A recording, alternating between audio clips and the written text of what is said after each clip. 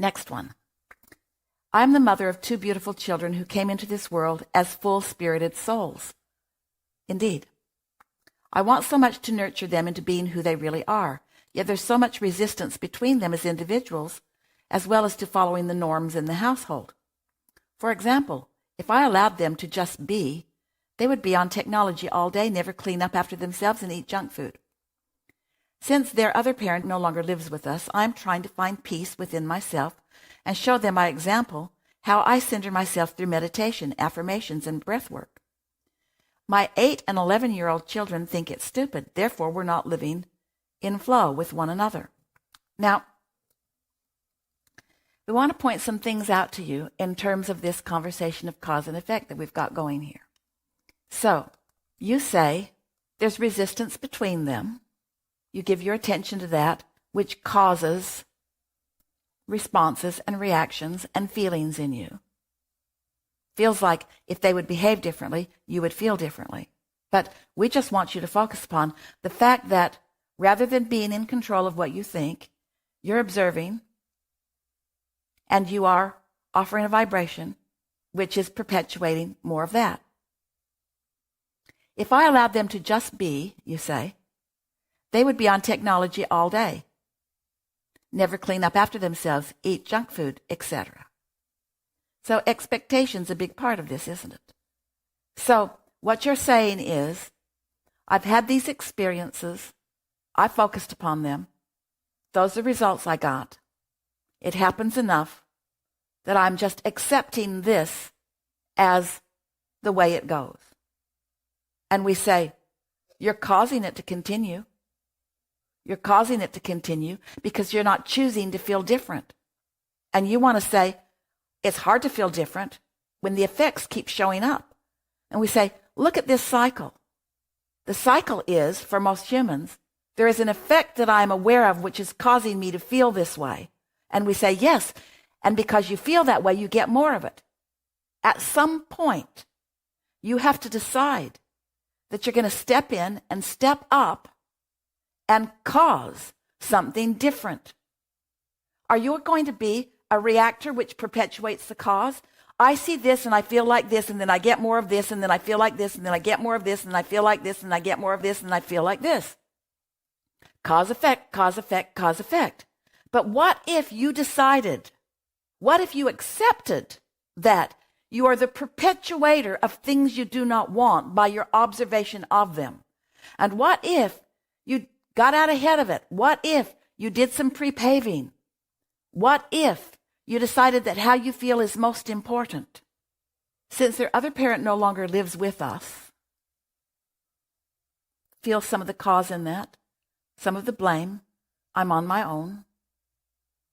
I'm trying to find peace within myself and show them by example of how I center through meditation. Yes, you do, dear heart, you do that, and breath work. But you know why your 8-year-old and your 11-year-old thinks that's stupid? Because it's not producing any lasting effects. Because they're in trouble all the time. Because you're hounding them all the time. Because you're worried about them all the time. Because you're harping on what they do. Because you're not down with their technology. Because you're letting the things that they do affect how you feel, and no amount of meditation is going to change that, because meditation is only in the now that you are doing it. When you meditate, cause and effect is in play if you really quiet your mind. Because when you stop thought, you stop the attraction of those things that you do not want.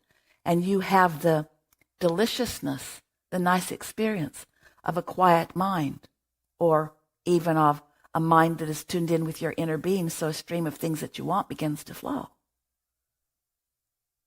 But when you come out of meditation, and now you are watching them fight, or watching the mess, or watching them eat junk food. So what are you saying, Abraham? How can I not see what I see? By getting out ahead of it. By acknowledging that they are learning about their cause and effect. They're observing you. They're observing your cause and effect. if you were to make a decision that you're going to meditate for the purpose of alignment, because you understand cause and effect, and you want alignment because you want the effect of that alignment to be obvious to you and to others, and you meditate and you feel better, you'll feel the satisfaction because you intended to meditate and did, and you intended to feel better and you did, and now because you intended to feel better and did, now you still feel better, you still do, you still do, you still do, you still do. Because you're remembering, even though you're not still in meditation, that the reason you meditated was so that you could have deliberate cause and effect.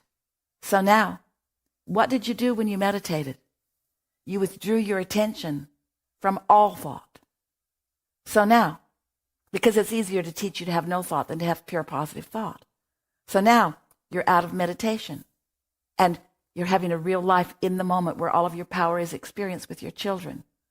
And what are they doing? They have resistance between them. Let's say they're squabbling or fighting. So what do? Do you look at it? Or do you do what you do in meditation? Do you calibrate to something that feels better? Do you acknowledge this is them finding their way? This is them calibrating. This is them having a step one moment. You focus in a way that allows you to stay connected to who you are. Now, what's the effect of that cause? Now your children begin to witness you actually getting beneficial effects from the cause of your meditation. But until you are demonstrating positive, good feeling effects, then they don't know why you do it.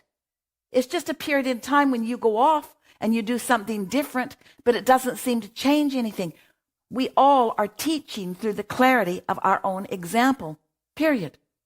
And the only example that you can ever effectively teach, your only example is your cause and effect.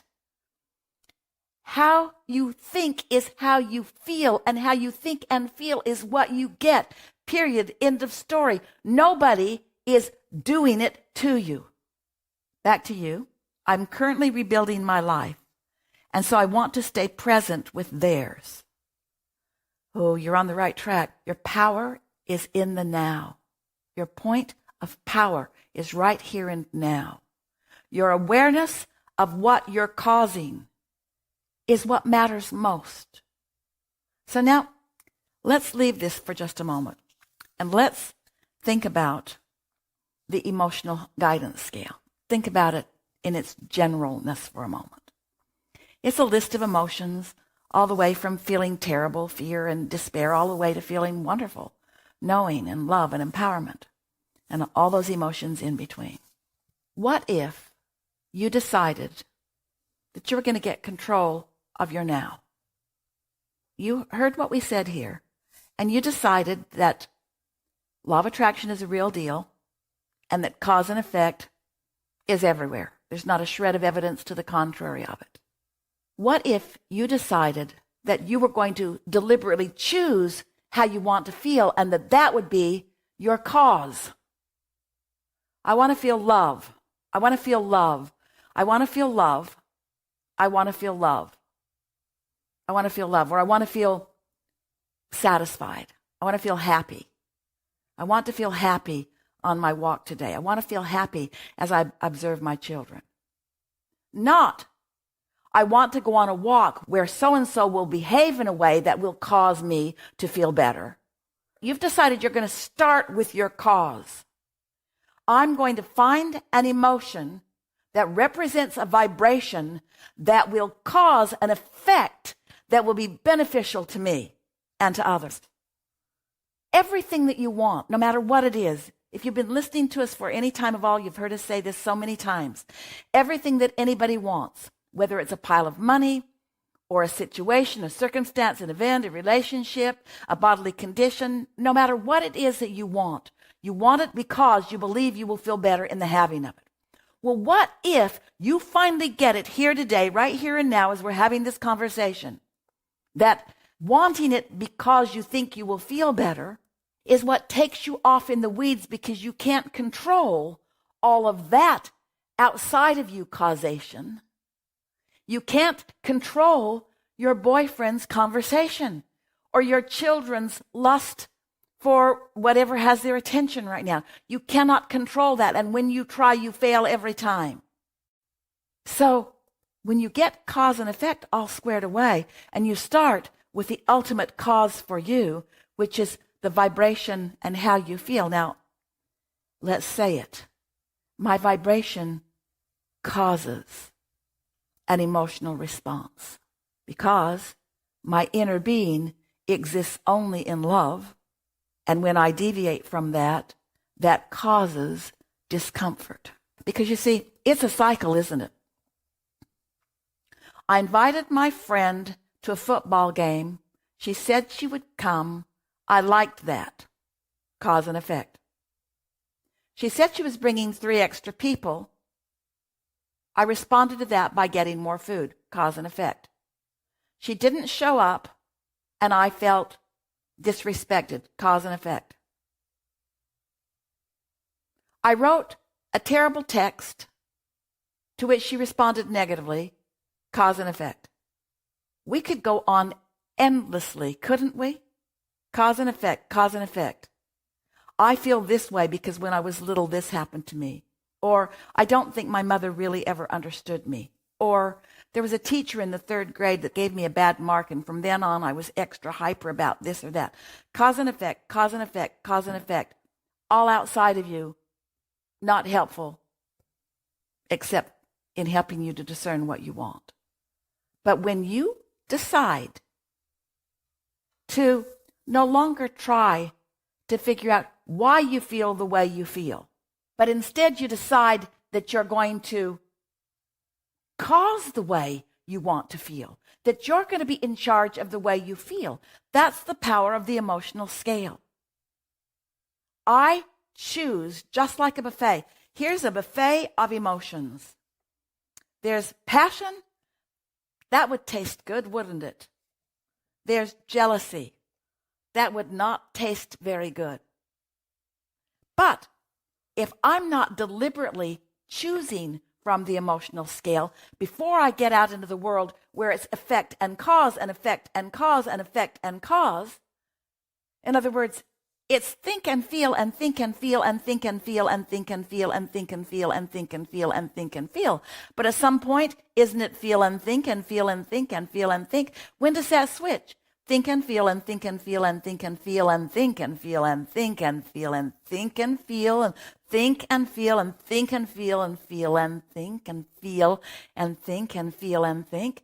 You have to decide what's going to be your in the power, in the now, where all of your power is. What is going to be the cause that causes an effect?